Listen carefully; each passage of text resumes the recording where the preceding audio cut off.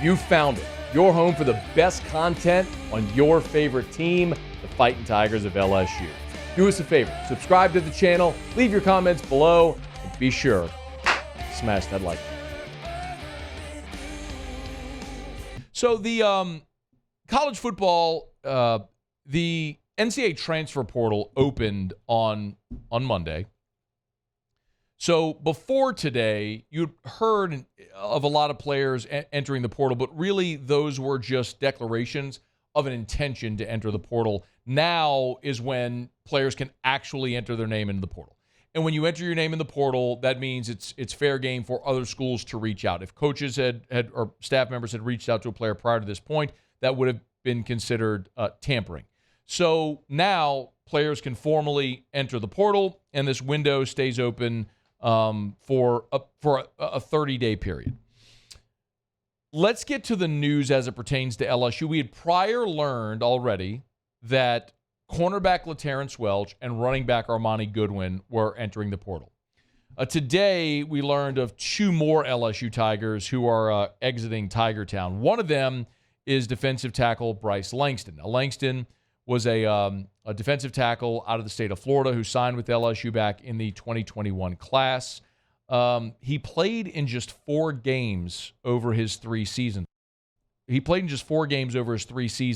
And now enters the transfer portal. So Goodwin, Bradford, Langston, and then LaTerrence Welch are the 4 now that have entered the transfer portal. So Langston, I'm just trying to sort of read the tea leaves with some of these. With Bryce Langston leaving, it kind of makes me think LSU might be getting lucky with some of these defensive linemen returning. Remember, you're losing Jordan Jefferson, who's out of eligibility, but Smith, Wingo, and Guillory all could return for another season. We'll see. And then you add Langston, Tygie Hill, Fitzgerald West, young guys that just hadn't played a lot. So if Langston's leaving after being here for 3 years and his path to the field now clear, that would suggest that, to me anyway, that they might be getting word that some of these players are going to return. As for the running backs, Bradford and Goodwin, I think that's no surprise whatsoever. We've talked about that a bit. John Emery's out of eligibility. Josh Williams could return for a 6th season if he wants to, but Logan Diggs is the big decision. You know, he's year 3. He's draft eligible. Does Diggs return? And then you got 2 really explosive young freshmen, as well as an incoming freshman as well. So your running back room last year with 8 scholarship players was just a glut of running backs. You had to lean out that room, and they're doing it. And then with LaTerrence Welch, you know, who knows what's going to happen here at cornerback. We got to see young guys like Ashton Stamps, Jeremiah Hughes, Javian Toviano play a lot late in this season with a lot of the injuries. Remember, Zy Alexander could return, and the word that I'm hearing is he is expected to return. Now, I don't know if this is broken anywhere, but Zy Alexander tore his ACL against Army. So how much of a recovery is that? When is it plausible that he could be back on the field? I don't know. Remember, J.K. Johnson was injured. The Ohio State transfer was injured in fall camp, didn't play at all this season. So in theory, you could have those 2 guys, the young players I just mentioned, and then you're going to go attack the portal as well and look for potential starters out of the portal. One name that that's worth keeping an eye on is Jair Brown. Now, Jair Brown, if you don't know his story, is at Ohio State. And he started his high school career at Warren Easton. So he's from New Orleans, played 2 years at Warren Easton, and moved to Ohio. Played his junior and senior year of high school in Ohio, and then signed with Ohio State. So Jair Brown hitting the portal is interesting because we know one of the things that Brian Kelly has always put an emphasis on since he's been here with the portal is bringing kids from Louisiana back to Louisiana. So here you have a guy that was a very talented 4-star cornerback, a guy who's played 2 years at Ohio State, who very well could be a target for LSU, and I suspect will be a target for LSU at the cornerback spot to bring him back to Louisiana. So that's one worth keeping an eye on for sure. there was another report today, just when you're looking at sort of the comings and goings, and I do not suspect, by the way, that that's it as far as players leaving LSU. You're going to see more. It's just the way that this goes. Well, there was also a report that Joey Tanoa, forgive me, I don't know this name, Tanona, Tanona. He's from the state of Indiana, and he was a medical retirement. Apparently got into a car accident, and he's missed the last 2 years. Well, he's trying to come back, and Steve Wiltfong from 247 tweeted earlier today that Tanona entered the portal, trying to make a comeback. Purdue was thought to be the destination, but remember, Brian Kelly signed him at Notre Dame. And Wiltfong reported a bit ago that LSU is targeting Tanona in the portal. Still thinks that Purdue is the leader, but things are picking up and LSU could be a target. Remember, when we talk about LSU on the offensive line, you're returning your 2 tackles. And we know that. Will Campbell, Emory Jones are back for their junior years. All 3 of your interior players could return. Charles Turner could come back for a 6th season. Miles Frazier could come back for a 5th season. Garrett Dellinger is a true junior, so he could come back for his senior season. That's worth keeping an eye on as well.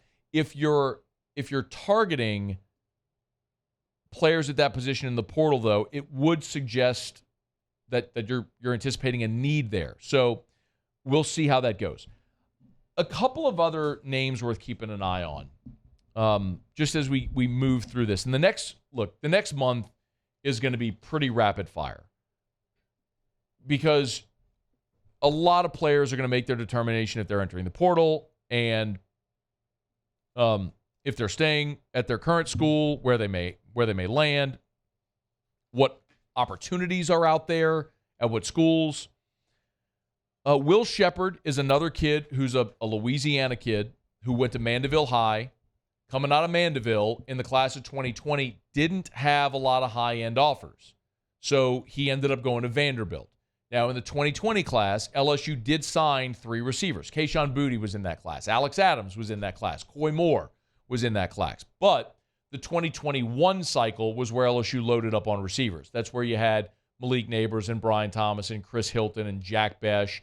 And you had Deion Smith out of Mississippi as well, who ended up not qualifying and leaving. But anyway, the point being, you knew you were loading up in 21, so you took 3 receivers in 20, and Shepard didn't have an offer. Well, Shepard has been at Vanderbilt, and he would be a plug-and-play guy at LSU. He is a big, physical, fast kid who was really good in high school at Mandeville, but it just didn't have a spot at LSU. So Shepard is one. If LSU decides to target a receiver in the portal, Will Shepard could be one to keep an eye on. I mentioned Jair Brown, the cornerback out of Ohio State. Something else that we've obviously paid a lot of attention to is the exodus at Texas A&M. And this is pretty normal every time a coach is fired, especially in their current culture and climate. And you're going to have players leave.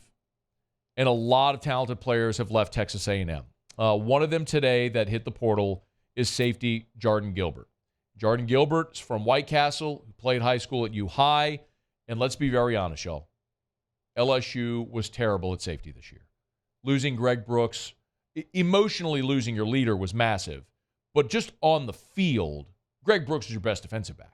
So losing Greg Brooks on the field was tough. You were left with basically Major Burns, Andre Sam, and then whatever combination of players, young players you could go. Jordan Gilbert's one to keep an eye on. But I'll mention also another safety at Texas A&M that would be a no-doubt home run if it happens, and that's Jacoby Matthews. Y'all remember the story. Jacoby Matthews from Ponchatoula. It was LSU, Texas A&M. The kid wanted to go to LSU. A&M made a better NIL offer. He took the better offer. We talked about it on signing day when it happened. I was fortunate enough to be able to have the terms disclosed to me. We talked about it very candidly here on the air. The kid took the better offer. And Now there's going to be an opportunity for him to hit the portal again and have a lucrative opportunity to return home and play at LSU and be a plug-and-play day one starter. This kid was a 5-star safety. He's been a contributor at A&M for 2 years now. He would be an immediate and dramatic upgrade if he hits the portal. And I'm told that a decision for Jacoby Matthews will likely come during the holiday break. So semester's ending at a lot of different schools. He'll be home in Ponchatoula for the Christmas break. While he's home, he'll make a decision if he's going to hit the portal. If he does, there will be an immediate opportunity at LSU for Jacoby Matthews. But I would expect LSU is going to add a safety, quite possibly one from Texas A&M. So much for watching. Please leave your comments. I love to interact. And be sure to hit the red subscribe button below.